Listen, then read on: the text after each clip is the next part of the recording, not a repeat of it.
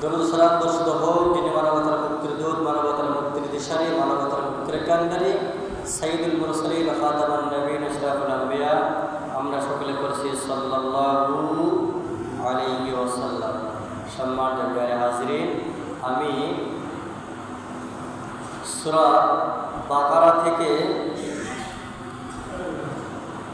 39 নং আয়াতে কারিমা তেলাওয়াত করেছি এবং সূরা সাফ থেকে 2 নং আয়াতে কারিমা তেলাওয়াত করেছি। আল্লাহ তাআলা তেলাওয়াত করা আয়াতকে সামনে রেখে অল্প কিছু কথা বলা, শোনা এবং আমাদের সকলকে মানার তৌফিক দেয়।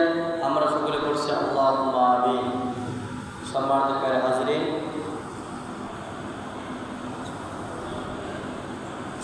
কোরআনটা হচ্ছে একটা পরিপূর্ণ জীবন ব্যবস্থা, পূর্ণাঙ্গ জীবন ব্যবস্থা। আল্লাহ তাআলা বলেন, যেই কোরআন অধ্যয়ন করবে, যেই কোরআনের কাছে আসবে, যে ব্যক্তি কোরআন বোঝার চেষ্টা করবে, সেই হেদায়েত প্রাপ্ত হবে বলে সুবহানাল্লাহ। এটা আল্লাহর ভাষা। আল্লাহ তাআলা বলেন, হুদাল লিল মুত্তাকিন, যারা মুত্তাকি হবে, যারা এক আল্লাহ তাআলাকে ভয় করবে, আল্লাহ তাআলা তাকে হেদায়েতের রাস্তা দেখাই দিবেন বলে সুবহানাল্লাহ। তাহলে এর দ্বারা বোঝা যাচ্ছে, যারা কোরআনের কাছে আসবে না, কোরআন বোঝার চেষ্টা করবে না, অধ্যয়ন করার চেষ্টা করবে না, তার কখনো হেদায়েত নাই।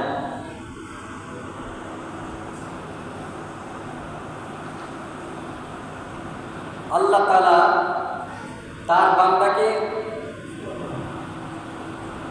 অনেক সময় সুযোগ দিয়ে থাকেন।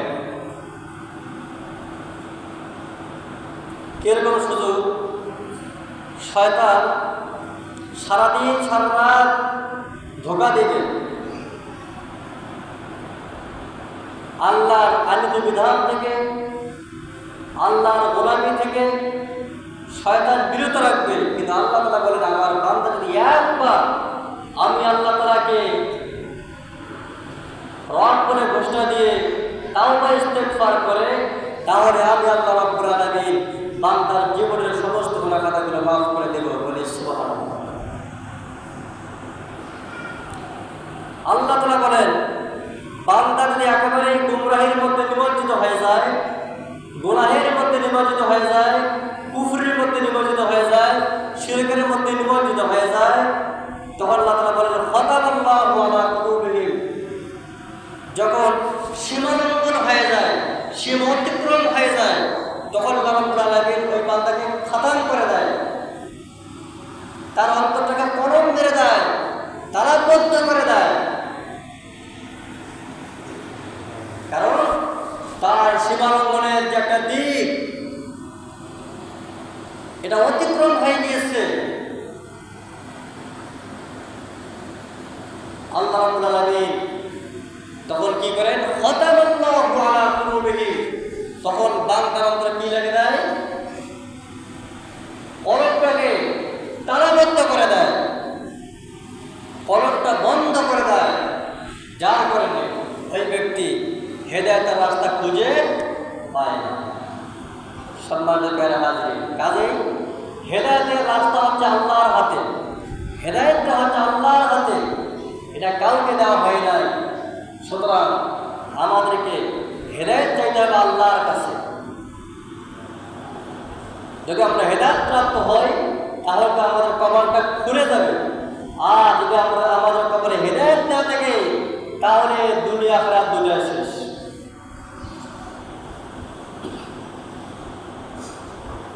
দেখবেন কিছু মানুষ দুনিয়া নিয়ে ব্যস্ত, কেউ সুদখোর, কেউ ঘুষখোর, কেউ জেনাখোর, নানানটা অপকর্মে জড়িত রয়েছে কিছু মানুষ। দেখবেন এদের কখনো রোগ হয় না, এরা কখনো বিশ্রাম করে থাকে না, এরা কখনো রোগে ভোগে না। কারণটা হচ্ছে এরা দুনিয়াতে ভোগ বিলাস করবে, এরা দুনিয়াতে শান্তিময় জিন্দেগি কাটাবে, কিন্তু মৃত্যুর পরে এদের আর শান্তি হবে না, এদের অশান্তি শুরু হয়ে যাবে। আল্লাহ তাআলা বলছেন, এজন্য বলেছেন যে মুমিনদের জন্য দুনিয়াটা হচ্ছে জেলখানা, আর কাফেরদের জন্য হচ্ছে দুনিয়াটা হচ্ছে বেহেশত। দেখবেন যারা মুমিন তারা কি করে, বিশেষ করে ফজরের নামাজ, ওই সময় একটা ঘুমের সময়, একটা শীতল আবহাওয়া, সুন্দর একটা আবহাওয়া, সেই আবহাওয়াকে উপেক্ষা করে সেই সময়টাকে দূরে সরে দিয়ে নামাজের দিকে অগ্রসর হয়। ওই এমন একটা সময়, যে সময় ঘুমের একটা মজা চলে আসে। মুমিনটা কি করে, সেই ঘুমকে সরে দিয়ে, সেই ঘুমকে অপেক্ষা করে, সেই ঘুমকে বাদ দিয়ে মুমিন কি করে, নামাজের দিকে অগ্রসর হয়। কাজেই এই মুমিনের জন্য এই সময়টা, এই দুনিয়াটা হচ্ছে জেলখানা। আর ওই সময় কাফের মুশরিক বেঈমানেরা কি করে, তারা ঘুমায়।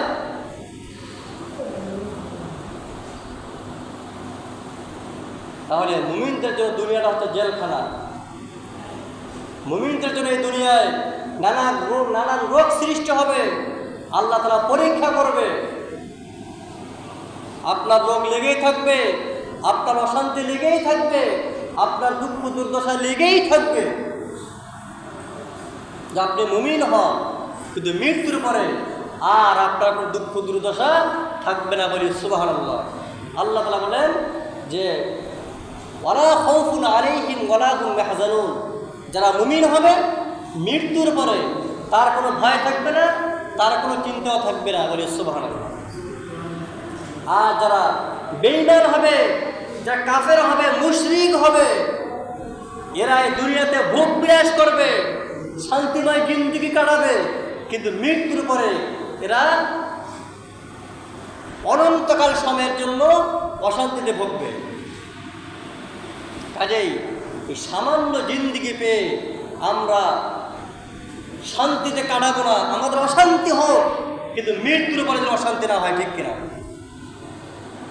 আমরা মৃত্যুর পরে কবরের জিন্দেগি থেকে শুরু করে কিয়ামত পর্যন্ত আমরা যেন সুখে থাকতে পারি, এই আশা প্রত্যাশা আমাদেরকে করতে হবে। এই জন্য কী করতে হবে? আল্লাহর কাছে সদা সর্বদা ইস্তেগফার করতে হবে, আল্লাহর দিকে ফিরে আসতে হবে, কোরআন অধ্যয়ন করতে হবে, কোরআন বুঝতে হবে, কোরআন বোঝার চেষ্টা করতে হবে, তাহলে আমি হেদায়েত প্রাপ্ত হব। আর হেদায়েত যদি কপালে লেখা থাকে, নসিব হয়, তাহলে মৃত্যুর পরে আপনার আমার হবে শান্তিময় স্থান, বলি সুবহানাল্লাহ। সম্মানিত ভাইরা হাজির, আসুন আমি পবিত্র কালামে পাক থেকে সূরা বাকারা থেকে 39 নং আয়াতে কারিমা তিলাওয়াত করেছি। আল্লাহ তাআলা এখানে বলছেন যে ওয়াল্লাযীনা কাফারু, যারা অস্বীকার করবে, যারা কুফরি করবে, ওয়াকাযযাবু, এরা হচ্ছে মিথ্যাবাদী। যারা আল্লাহ তাআলাকে অস্বীকার করে, কোরআনকে অস্বীকার করে, আল্লাহর আনিত বিধানকে অস্বীকার করে, আল্লাহর রুজুকে অস্বীকার করে, আল্লাহর রসুলকে অস্বীকার করে, ওয়াকাযযাবু, এরা হচ্ছে মিথ্যাবাদী। আল্লাহ তাআলা বলছেন এরা হচ্ছে মিথ্যাবাদী। তাহলে যারা কুফরি করতে পারে তারা মিথ্যা কথা বলতে পারে, ঠিক কিনা? যারা কুফরি করতে পারে তারা মিথ্যা কথাও বলতে পারে। আল্লাহ তাআলা যারা কুফরি করে এরা মিথ্যাবাদী, বিআয়াতিনা, এরা আল্লাহর আয়াতকে, আল্লাহর কোরআনকে, আল্লাহর কালামকে অস্বীকার করে।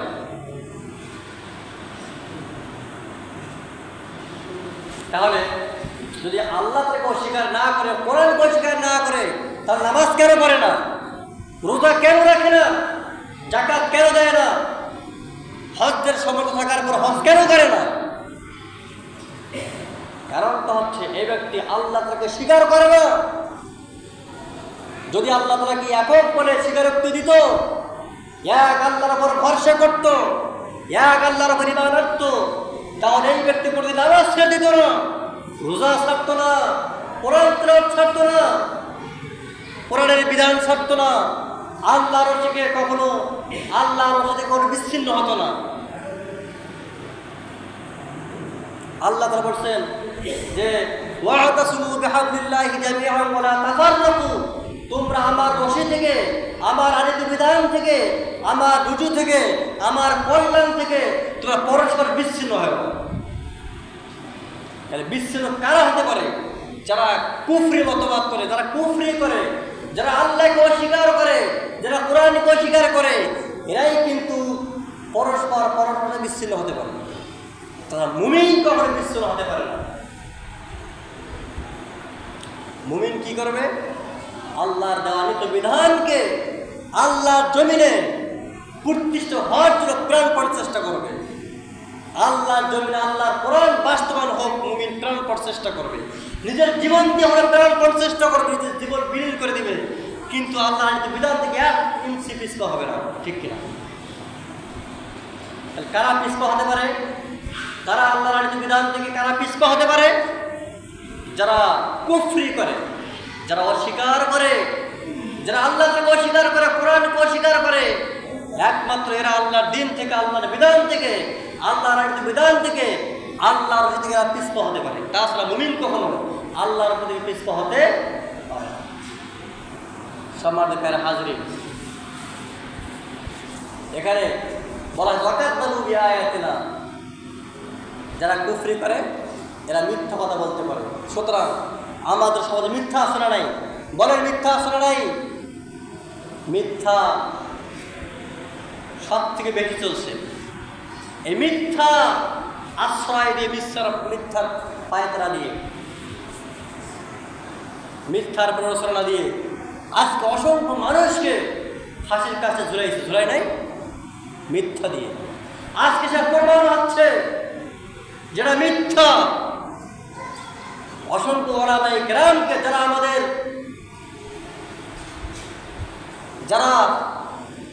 আমাদের পথ প্রদর্শক, আমাদের পথ দেখাবে, আমাদের রাস্তা দেখাবে, আমাদের আমির যারা হবে, তাদেরকে অন্যায়ভাবে মিথ্যার আশ্রয় দিয়ে, মিথ্যার প্রশ্রয় দিয়ে আজকে ওলামায়ে কেরাম যারা আমাদের আমির, তাদেরকে ফাঁসির কাছে ঝুলিয়ে দুনিয়া থেকে বিদায় করে দেওয়া হয়েছে। হয় নাই? সম্মানিত হাজরিন, তারা আল্লাহ দিন থেকে পিছপা হন নাই। তারা হাসতে হাসতে আল্লাহ রশিকে, অর্থাৎ ফাঁসির রশিকে তারা হাসতে হাসতে বরণ করে নিয়েছে। বলি সুবহানাল্লাহ। তারা হচ্ছে শহীদ।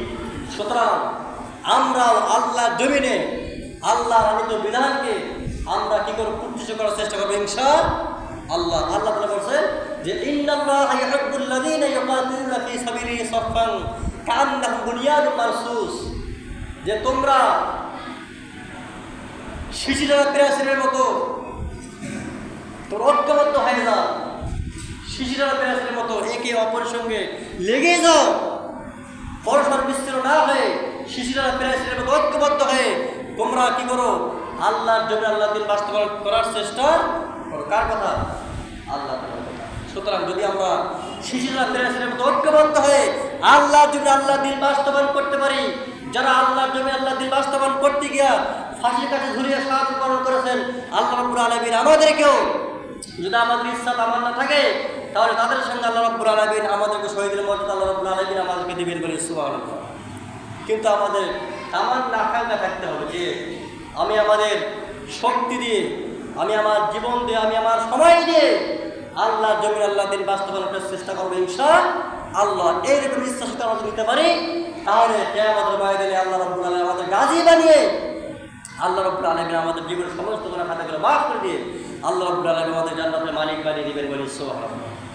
সম্মানিত হাজির, আসুন আগামীতে আমরা এমন একটা দলকে আমরা সমর্থন করব, যে দলটা ইসলামকে আকৃষ্ট করতে চায়, আল্লাহর জন্য আল্লাহ দিনকে বাস্তবায়ন করতে চায়। আমরা তো অনেকেই জানি কোন দলটা আল্লাহর জন্য আল্লাহ দিন বাস্তবায়ন করতে চায়, আমরা সবাই জানি। সুতরাং আমরা এমন একটা দলকে আমরা সমর্থন জানিয়ে, সমর্থন করে আল্লাহ তাআলা আমাদের সকলকে আল্লাহর জন্য আল্লাহর দিনকে বাস্তবায়ন করে আমরা যেন ইহকালীন জগৎ থেকে পরকালীন জগতে যেতে পারি। আল্লাহ রাব্বুল আলামিন আমাদের সকলকে সেই তৌফিক দান করুন। আমিন। ওয়া আখিরু দাওয়ানা আলহামদুলিল্লাহি রাব্বিল আলামিন। আসসালামু আলাইকুম ওয়া রাহমাতুল্লাহি তাআলা ওয়া বারাকাতুহু। যারা সুনত করেন নাই করেন ইনশাল্লাহ।